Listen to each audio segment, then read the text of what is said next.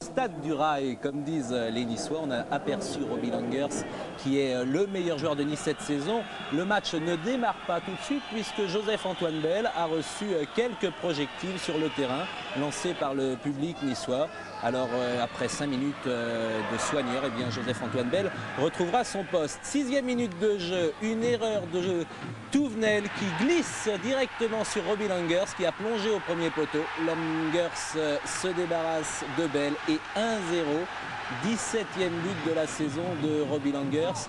Il a marqué 6 pénaltys, il a marqué 11 autres buts et surtout il a été absent de l'OGC Nice durant 6 mois, ce qui a fait que l'OGC Nice a piétiné durant tout ce temps-là et nul doute que si Langers avait été présent, eh bien Nice ne se battrait pas pour se sauver en seconde division. Langers partira pas, en fait ça dépend du résultat de Nice à la fin de la saison.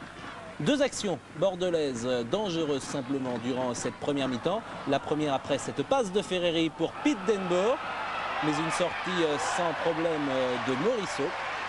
Et puis quelques instants plus tard, au bout d'une demi-heure de jeu, un bon mouvement collectif avec Jean-Marc Ferreri, un centre sur la tête de Pete Denbourg et une reprise de volée de Klaus Allofs directement sur Morisseau. Morisseau qui a surtout sécurisé sa défense, ce qui est très important dans ce style de rencontre. Raymond Goethals n'a pas l'air très heureux. Carlos Bianchi est crispé, il le sera durant toute la seconde mi-temps.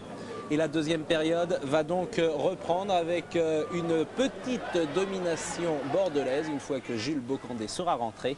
Un corner tiré par l'Allemand de l'Ouest de Bordeaux, Klaus Allofs. Et au second poteau, Pete Denbourg qui contrôle mal son ballon et Morisseau a pu se coucher là encore sans problème. Plus dangereux peut-être.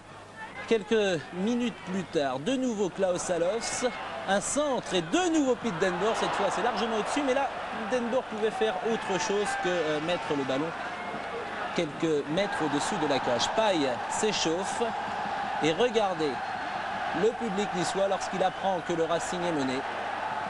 C'est une ovation. À ce moment-là, Nice se déchaîne. El Adaoui sur la droite pour Jules Bocandé qui lui aussi enlève beaucoup trop son ballon alors qu'il avait le temps pour contrôler.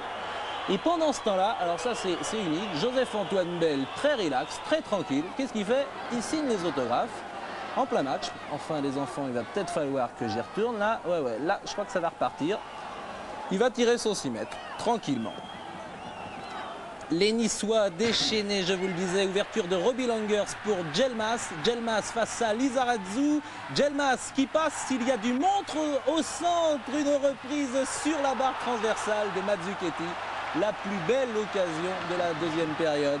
Mazzucchetti que l'on ne connaît pas vraiment, mais qui a fait hier soir un remarquable match. Et puis cette volée aurait mérité un tout autre sort. Et puis dans les derniers instants, Robbie Langers à la lutte avec Patrick Battiston, mais cette fois-ci, il enterre trop sa frappe.